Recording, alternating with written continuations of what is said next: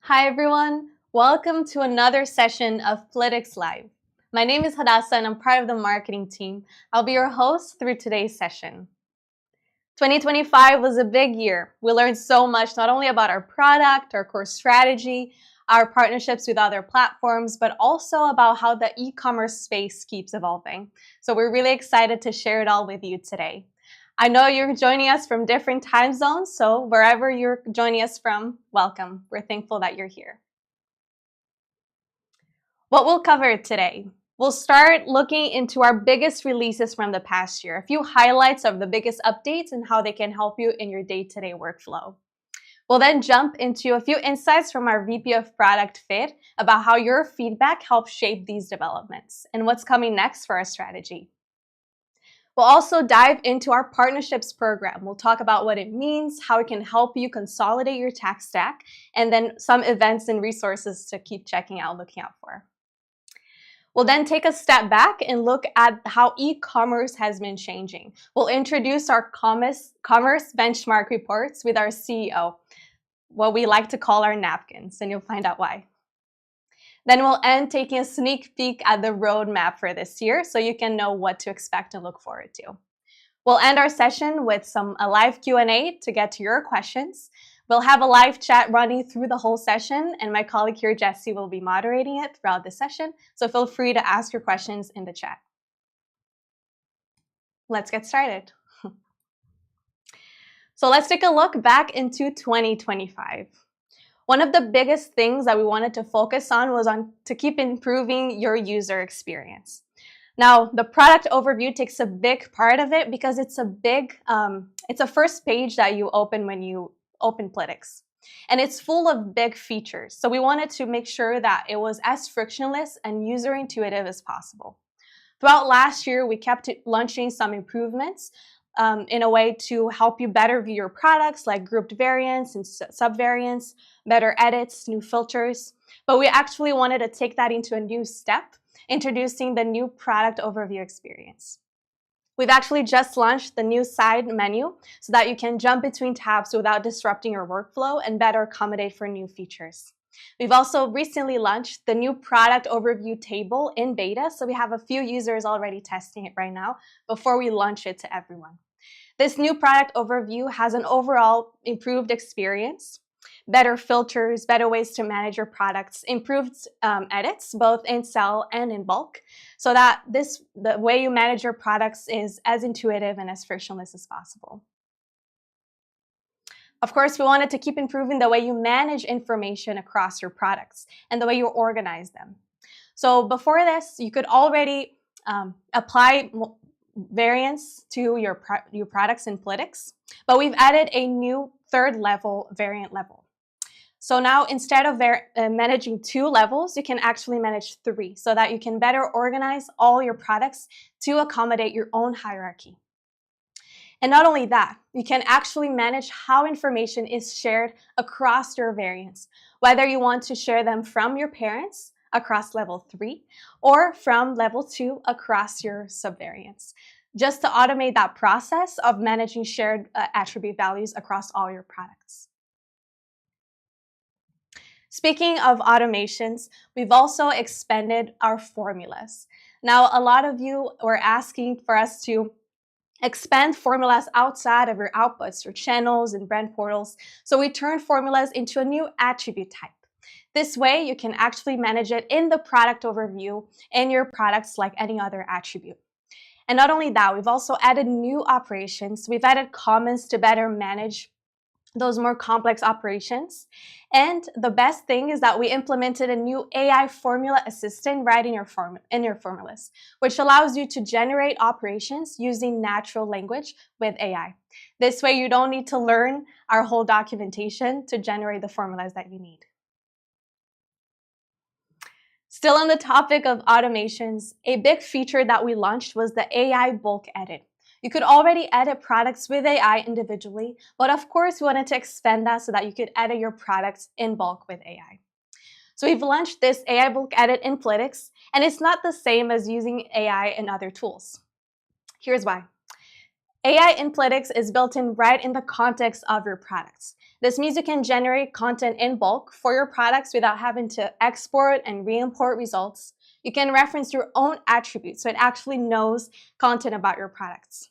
And you can use it not only to generate content like descriptions, but also translate, format for unique channels, optimize for SEO and AO, and more, right in the context of your products. And we have some new updates coming up for that soon as well. Finally, we've also launched what we call the automated actions or workflows, like some of you call it. And it's basically a way to let your products update in the background based on conditions that you set. So this works similar to our filters in the product overview. You set the conditions, and then your products will automatically follow the action that you set. So they are updating in the background with no manual updates. Now, we know that product content isn't a one-person job. It's actually a team collaboration. And as most of you know, Plytix doesn't charge per user. So we want to make it as collaborative as possible so you can get your whole team on board to work on product content together. So one of the things that we've implemented to make this collaboration easier was comments and tagging right in your products.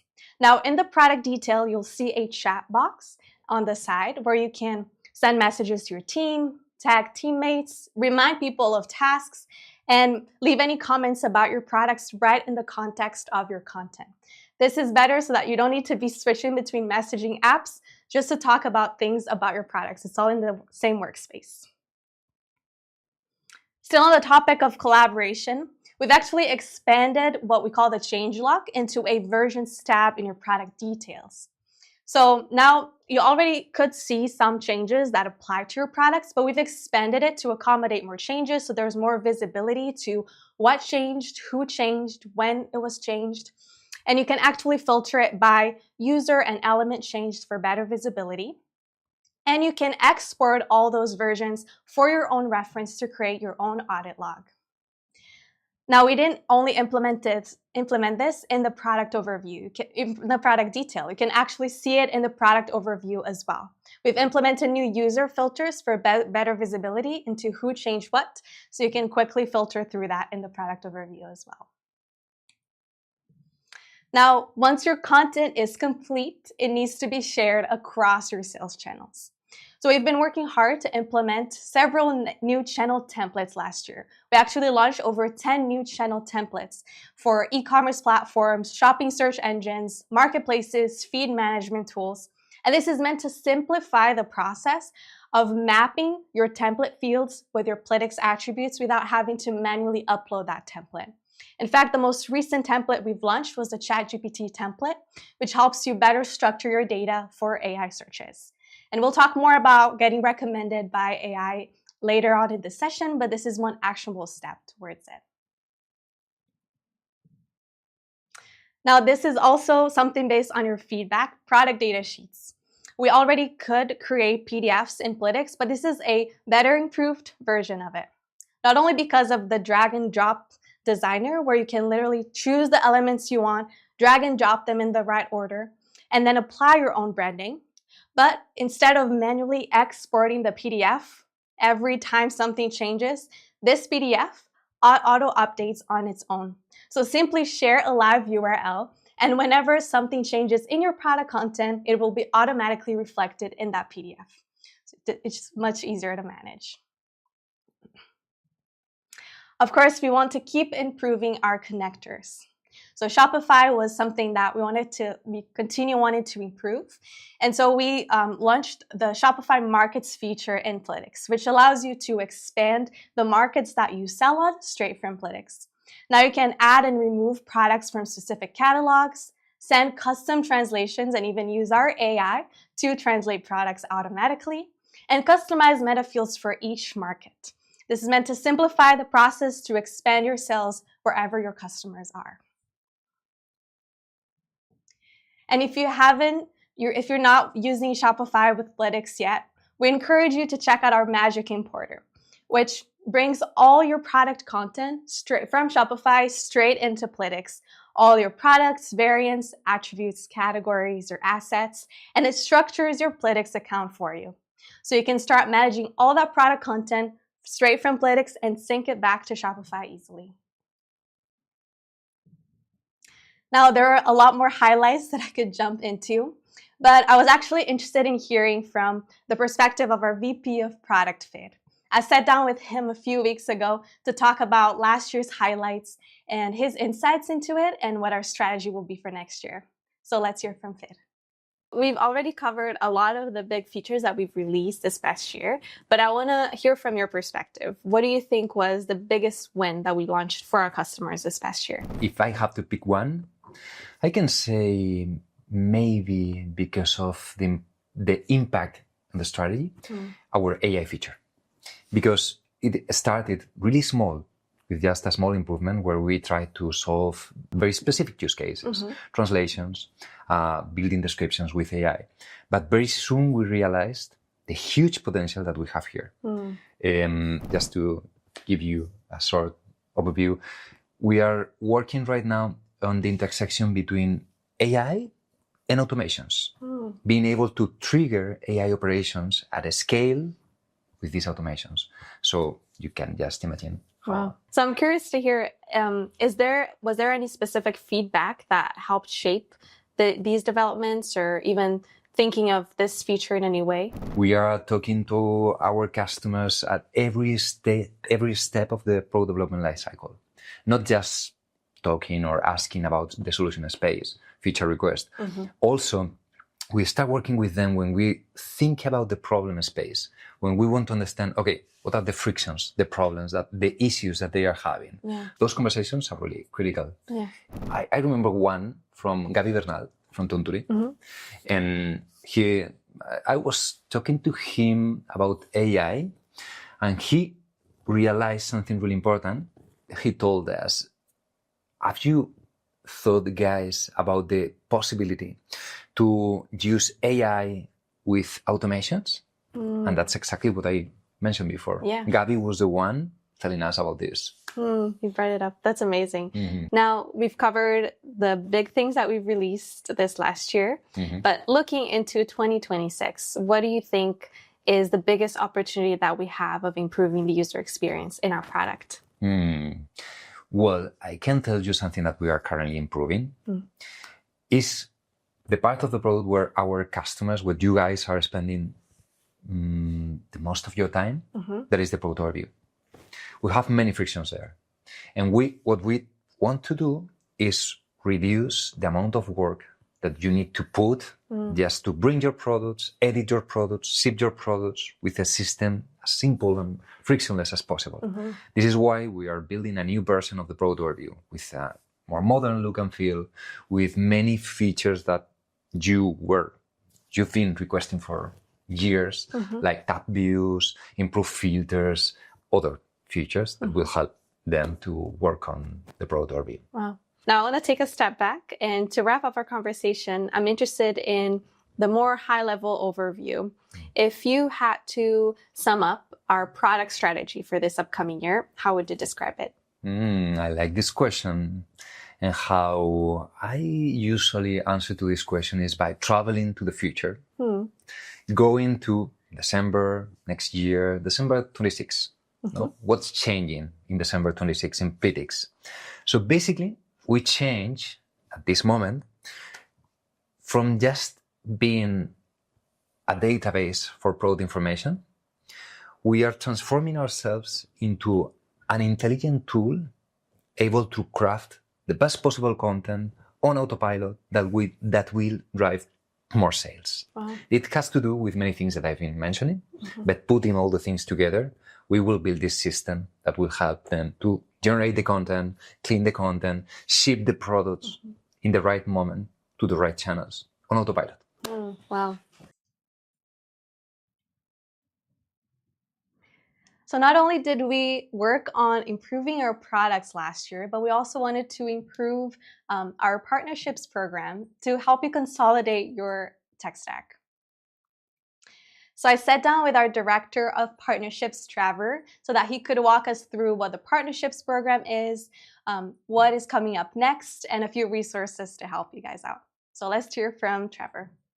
So I know now you've been leading our partnerships program for a year officially. Yep. So for our customers who might not be familiar with it and why it's important for them, can you share more about what it means?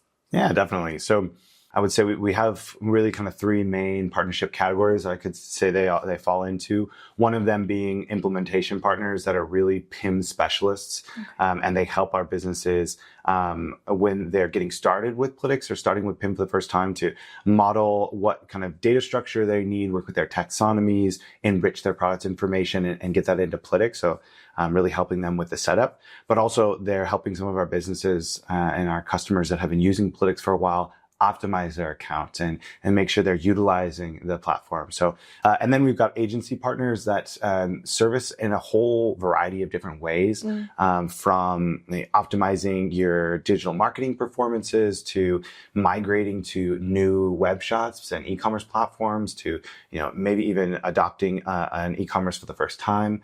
So these agencies can be really helpful for businesses to utilize Plytix to help streamline those processes as well.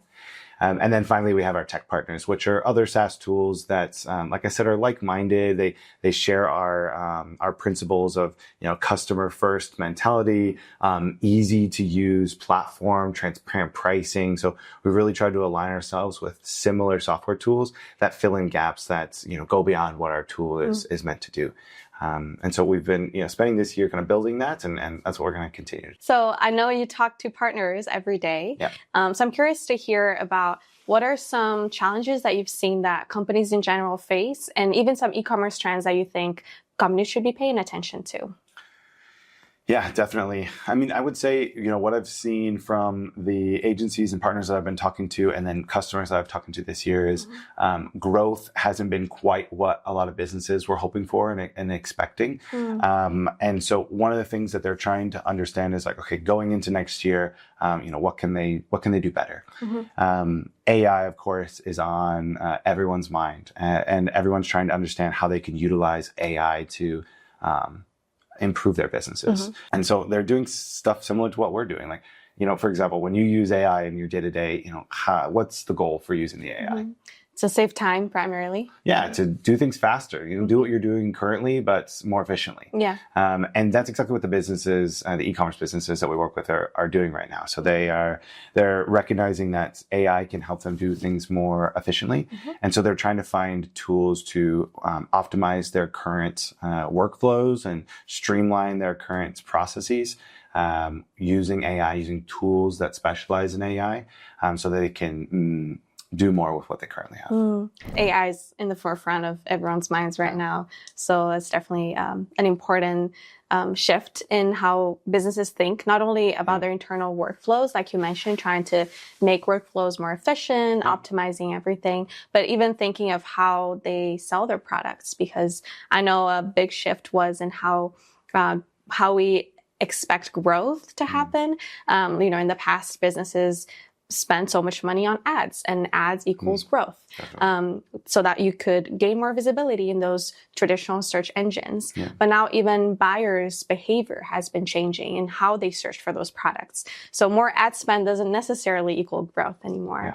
So that's been an interesting shift to see how can companies prepare for greater visibility in those non-traditional search engines like LLMs for their products to show up in those recommendations where buyers are at, right? So it's an important shift in how businesses think not only about their internal workflows, but also how to boost growth in a way that's relevant nowadays. Yeah.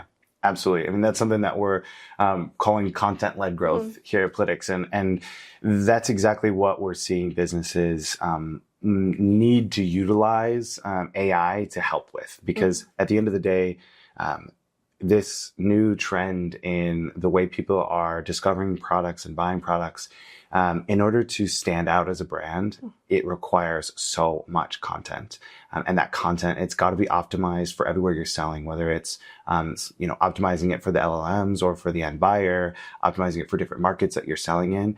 We're seeing a trend towards a more local and personal experience for a lot of buyers.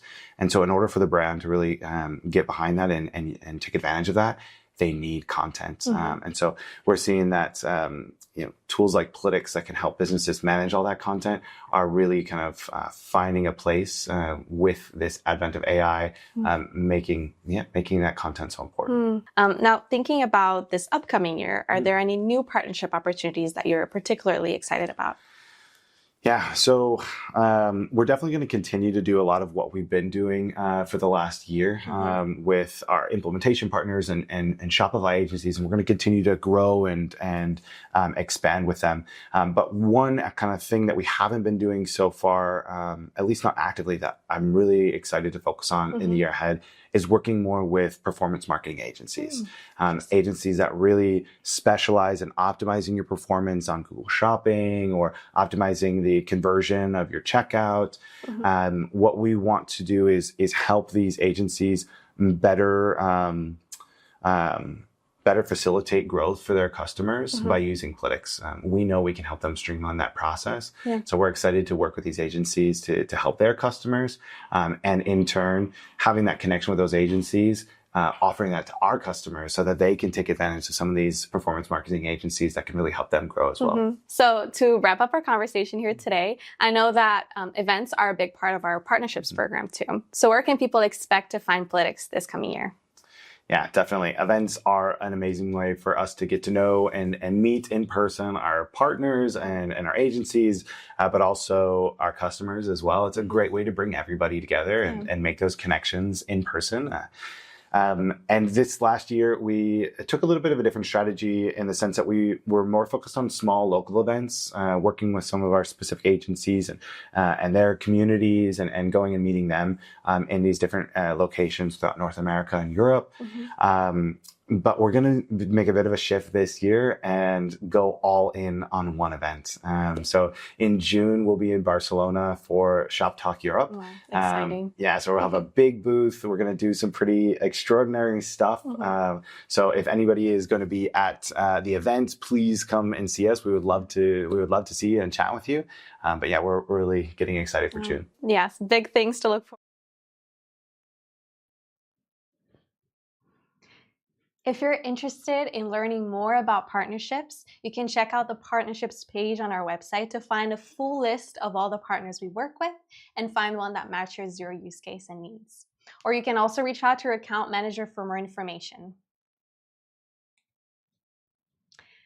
Now, I'd like us to take a step back. We've talked about how we've been improving our product, what we've learned in terms of our partnerships program, and partnering with other platforms to consolidate your tech stack.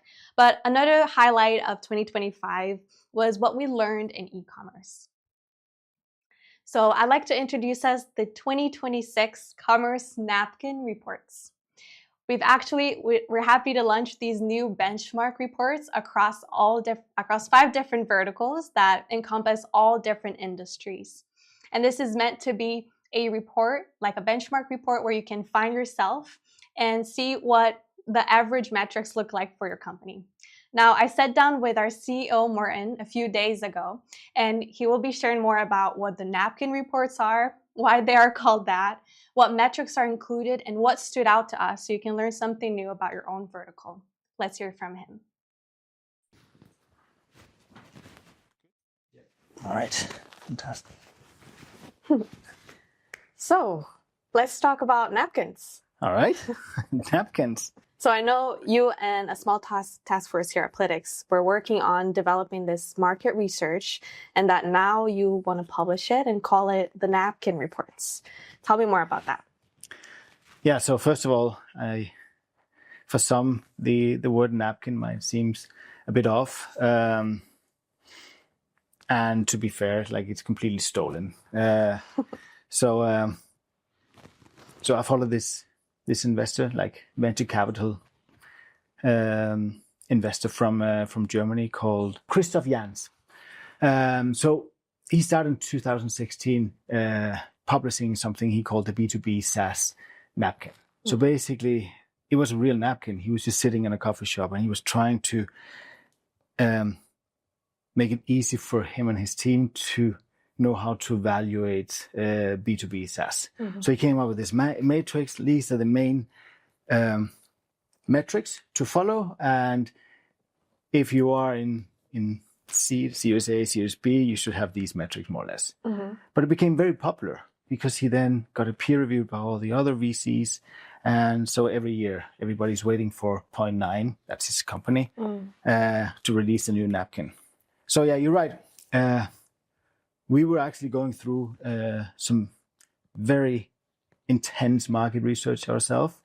The main purpose was to find out, like, more or less, like, what's the volume at which people are actually updating or creating products. Because, we are launching a lot of AI.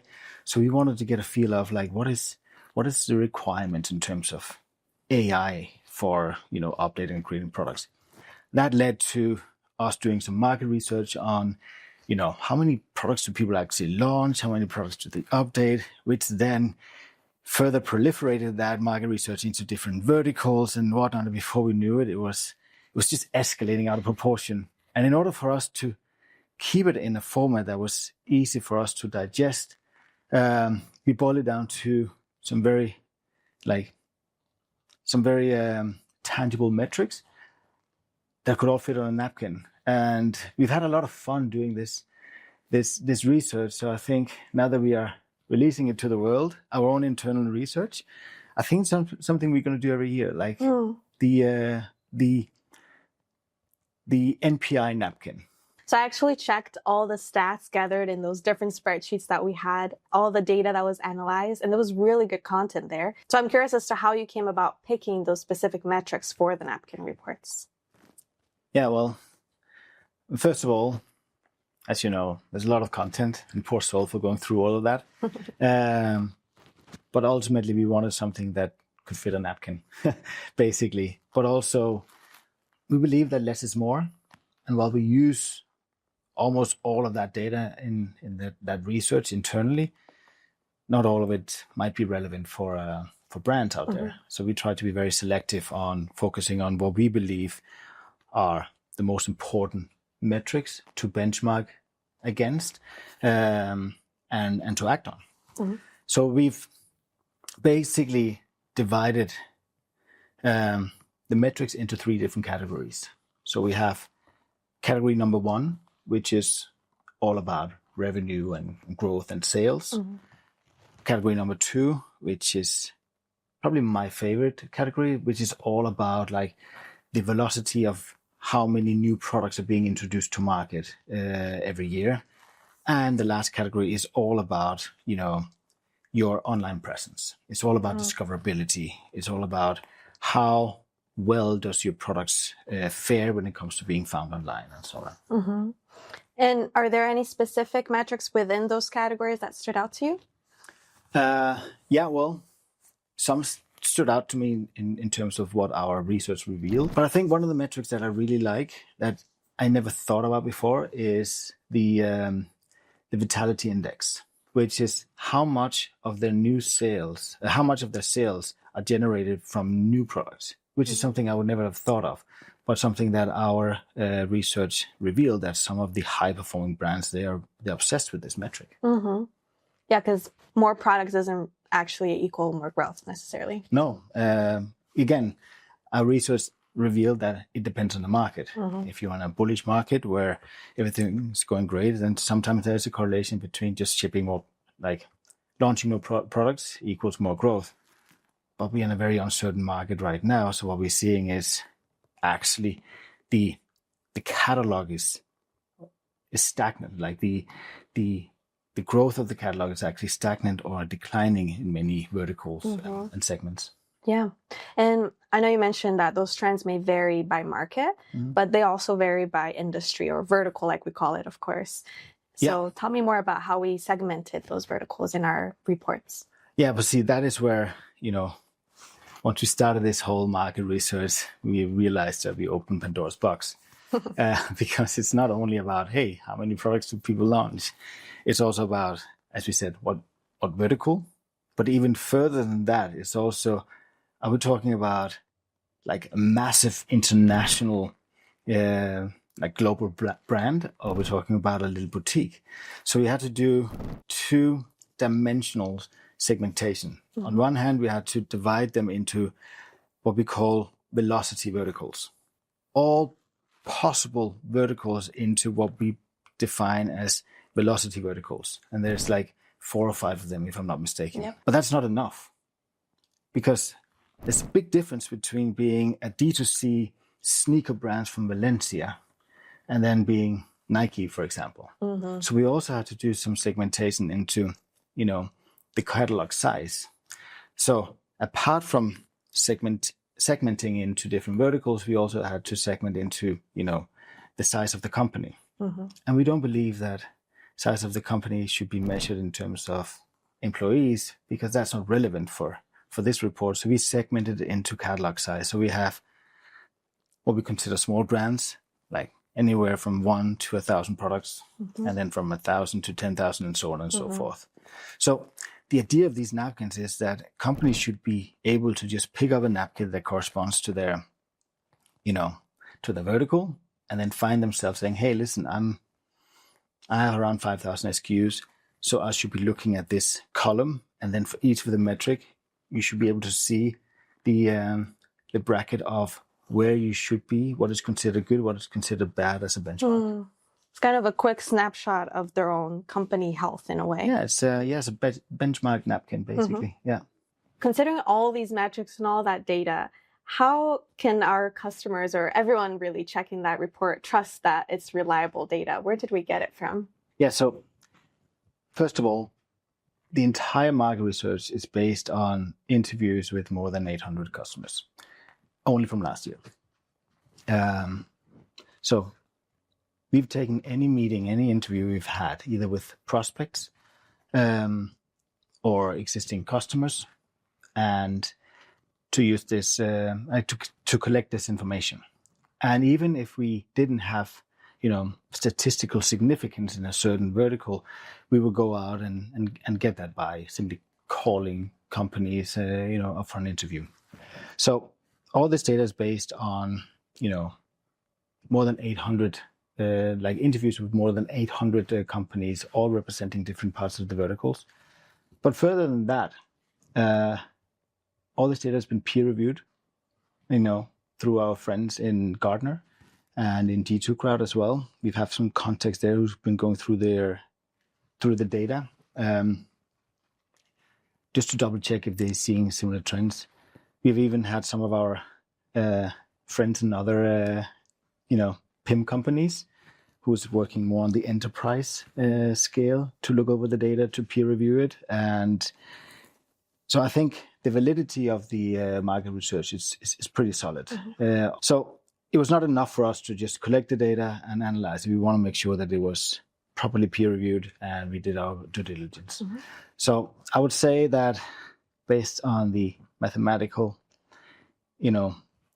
method that we're using, I would say there's a 93.7% accuracy within the presented brackets. All right, so we won't have time to dive into each specific metric here in this session, but we'll make the reports available for everyone to check out on their own. Yeah. But there was a specific section of those metrics that called out my attention, which was the performance section. Right. Can you quickly walk us through those metrics that are there? Yeah, so under performance metrics, we focus exclusively on performance metrics from online sales. And we've decided on 3 main metrics. So the first one is product discoverability, which you measure in monthly traffics. That gives you a fairly good indication of whether or not you are, driving more traffic to your products this month than you did last month, for example. So it's just a snapshot, like how much traffic do you generate to your products. The other one is what we call the ratio between CAC and APOV. APOV stands for average purchase order value, which basically, in this case, means how much are you on average getting from the first order of a new customer. And CAC, as we know, is customer acquisition cost. So the ratio between, how well do you recover the cost of a new customer on your online channels, and what is how profitable is that? So customer acquisition cost in this case is not only focusing on potential ad spend, it's everything. It's fully loaded with marketing, overheads, sales, salaries, everything. Which brings me to the last metric, which is POAS, which most people know, which is like profit on ad spend, which is much like the metric we just went through, but now we only focus on the ad spend itself. It's not including marketing and salary spend. So why did we choose include both metrics that are basically showing the same thing?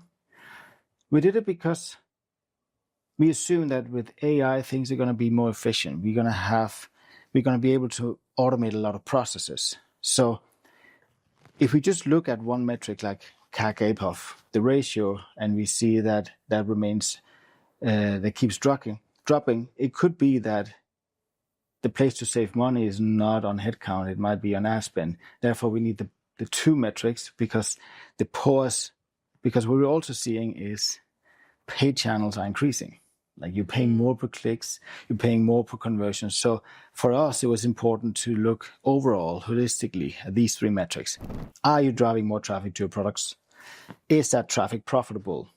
If you look at it from a pure ad spend perspective, is it profitable if you fully load your customer acquisition cost? Yeah, and I noticed that discoverability specifically was down across the board. Yes. And I know you have some thoughts on that already.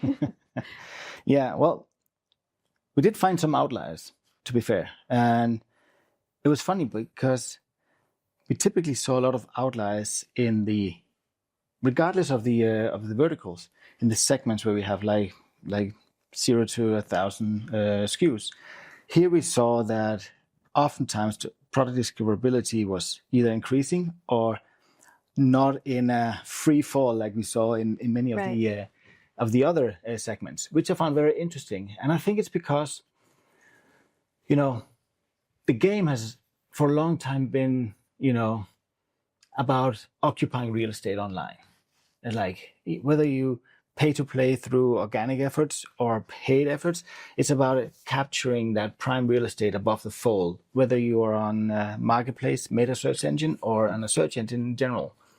That has been a game that especially the big companies have been very good at, playing. It's a pay to play. What we're seeing now is that with LLMs, they care less about, whether you rank above the fold. Like they just care about giving whoever's searching for a product the most relevant product.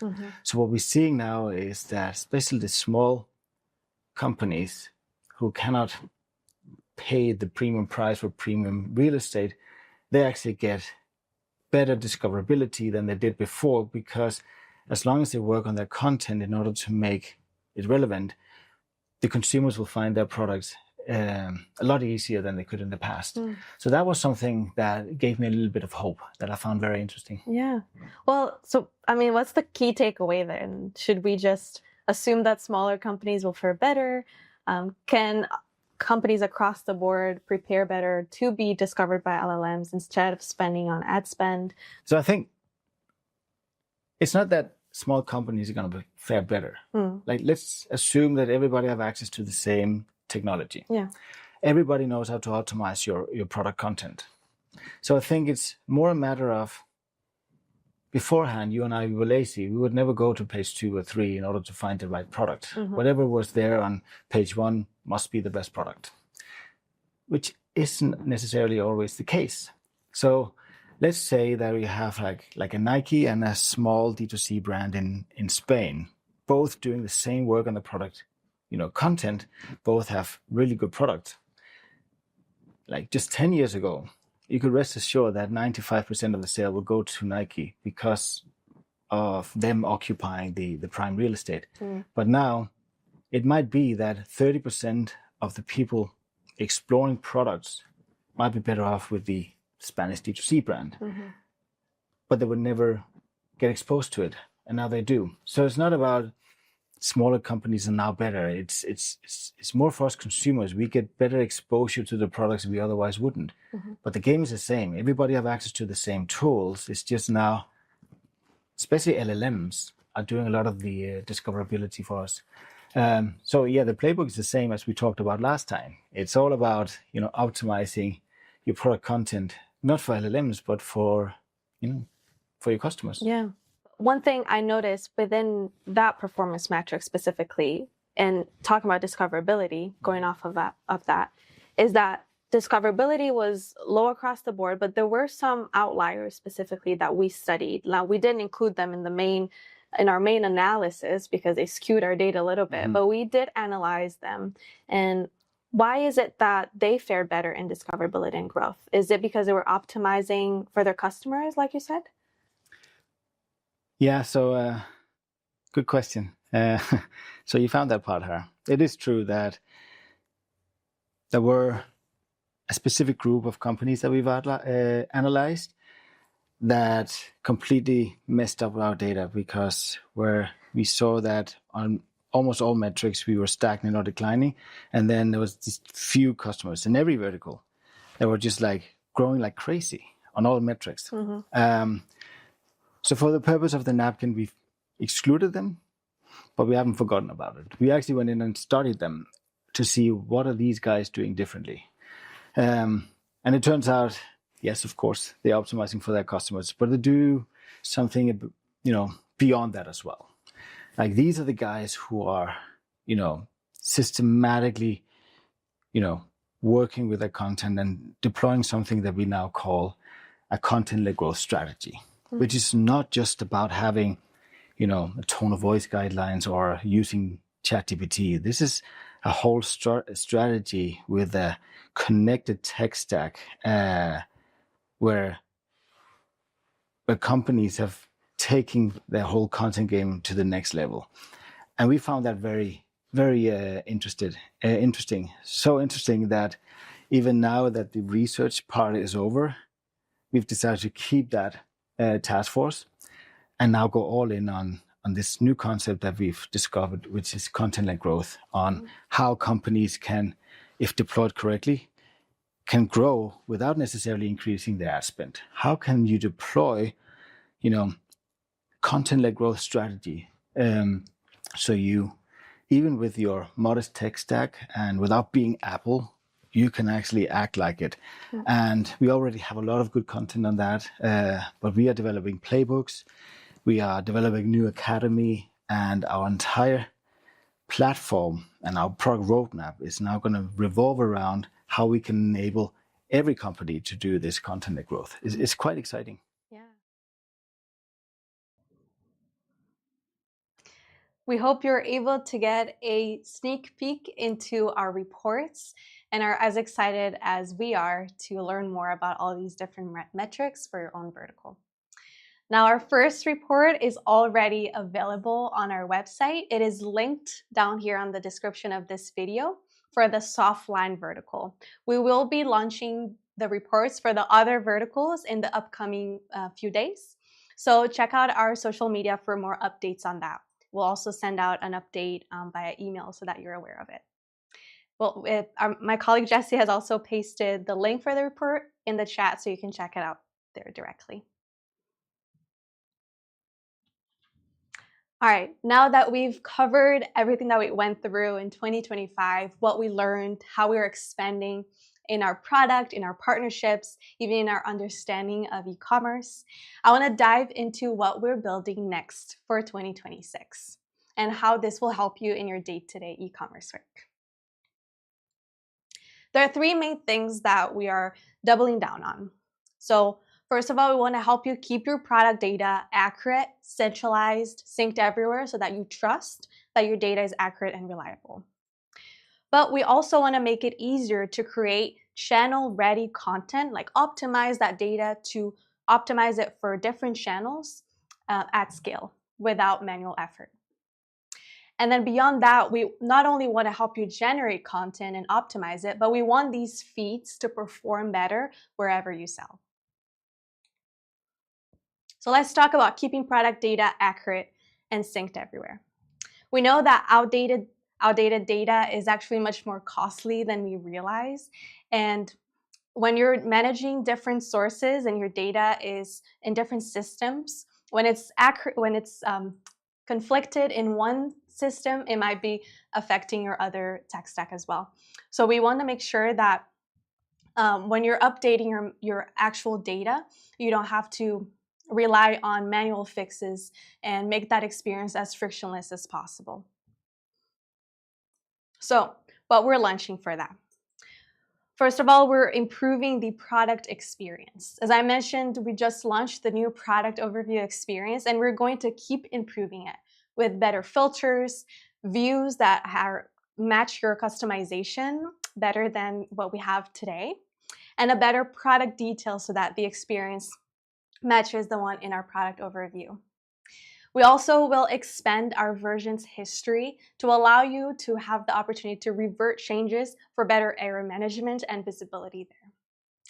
Not only that, but we'll keep working on improving the real-time infrastructure of our platform. So we want to expand webhooks to be able to trigger automations in real time into Plytix. And we're expanding our API. We want it to be more robust, intuitive, better documented, and to accommodate for all these new features that we're launching. This is so you can trust that your product data is accurate and it's reliable. Next, we want to help you transform this data, optimize it into content that is channel ready. And we're focusing on doing that with AI. So we're focusing on enriching and optimizing product content at scale with less manual effort, while you can still apply your brand voice, your tone, your SEO rules, your own custom branding. And this is so that your content is optimized for each channel with less manual effort. So what are we launching for this? First, we're expanding our AI bulk edit options beyond text to also apply for bulk image transformations so that your content can also stay high quality for your assets as well. And we'll also improve the error management system for AI jobs so that you can get more visibility there as well and get better results. Speaking of our bulk edit option for our text generation, we are expanding it so that it's smarter and more contextual, matching your own rules. First, we're implementing something that we'll call the knowledge base, which is the ability to bring in your own docs, your custom branding, your tones, your own conditions, so that your results are tailored for you. And we're working on expanding AI and automations, merging them together into something that we'll call the AI content agent. And it's the ability to trigger AI prompts whenever your products match the condition you set. This way, you can automate that process and create a real workflow experience. This way, AI will become not only a built-in agent, but actually another part of your teamwork as well in Plytix. Once your product content is ready, we also want to improve the experience of syncing that product data and content wherever you sell. So we want to help you specify exactly, narrowcast the right products to the right channel, keep controlling how content appears per feed and customizing it, and then syncing critical data in real time. So what are we launching for this? We're improving our integration, so we will expand the Shopify Market features to also include things like custom pricing to help you tailor pricing for your different markets. We'll also launch meta objects for better customization on your Shopify stores. And when it comes to webhooks, we want to improve real-time sharing. So we'll expand the feature that we have now to be able to sync critical data in real time. We're also improving the way our feed logic works so that instead of relying on manual lists for your products when syncing across channels or brand portals, and PDFs even, we'll implement a new feed logic that is based off of automations, and you'll learn more about that in the next few months. This is what we call a content-led growth platform. It's our goal to help you be able to centralize, trust your product data, that it's accurate and it's easily accessible, but also create better content with much higher quality, and then adapt that content to different channels wherever your customers are, all from one place and gathering your whole team together. Now we have time to dive into a few questions. There were some questions that were asked through the sign-up process that we'll start off with now, and then we'll also jump through a few questions that were asked throughout the session. So one question that was asked if users will be able to use smart product lists for product data sheets rather than static lists. This is something that we've implemented knowing that we were going to expand the way lists work in Plytix. So as I mentioned earlier, instead of relying on product lists to sync data, we are going to have a different system that is much more intuitive and automated and tailored for each product. So there's more for that coming up soon. Can users view changes in the versions tab beyond 30 days? Yes, this is already configurable depending on your plan. So you can view changes 30 days ago, changes of the last 60 days, or the changes in the last 90 days, depending on the plan that you're on. So we encourage you to reach out to your account manager if you're interested in learning more about this and this capability for you. Can we set up attribute level permissions for users? So we got a few questions asking about granular permissions at the attribute level. Yes, you can customize how each user views an attribute, whether they can view or edit specific attributes. So when you're setting up your user roles in your account settings, you can define for each role whether the user can view attributes or edit attributes, and you can configure that at the attribute level too. So that's already ready, and you can reach out to your account managers to help you get set up on that. Can we set a default option where certain attributes carry the same value across products? So this was an interesting question because while you can't set a default option when you're setting up an attribute, you can actually do that in a few ways in Plytix. So once you set up your attribute, if you want to set a default option for attributes that you manage in your Plytix account and you want to view them there, you can do that through automations where you specify that if an attribute is empty, you can set a default option and it applies to all those products that match this condition. Now, if you want to set a default option for an attribute that will only be used in your outputs, let's say a brand portal or your website, you can actually set up attribute transformations inside of your output, like your channel, brand portals, and then this value will only apply and be default for the channel that you're applying it to. So there are a few ways to work on that depending on whether you want to keep that information in Plytix or if it's only applicable for the channel that you want it to be visible on.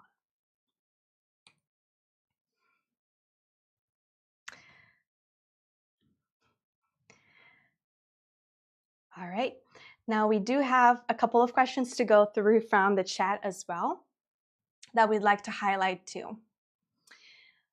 One of the questions asked were about sending formatting of text across Shopify, sending bullets, paragraphs, formatting options.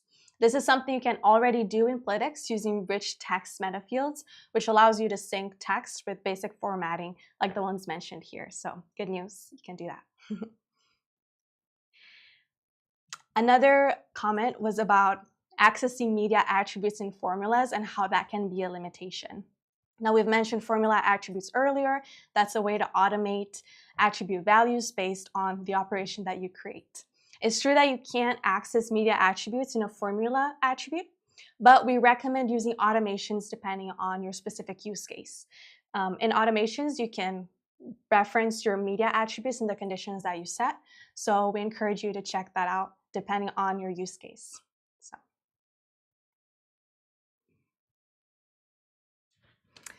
All right, looks like we've covered all of these questions. Thank you, Jesse, for helping us moderate the chat today. And thank you for joining us and spending this time together, diving into everything that we've worked on in 2025 and what's coming next for this year. We're really excited to share everything with you. And this session will actually be recorded. So if you know of any other teammate who would be interested in learning more about what we shared, feel free to share that with them. And make sure to check out our benchmark reports on our website as well. We'll see you in our next live event. Bye.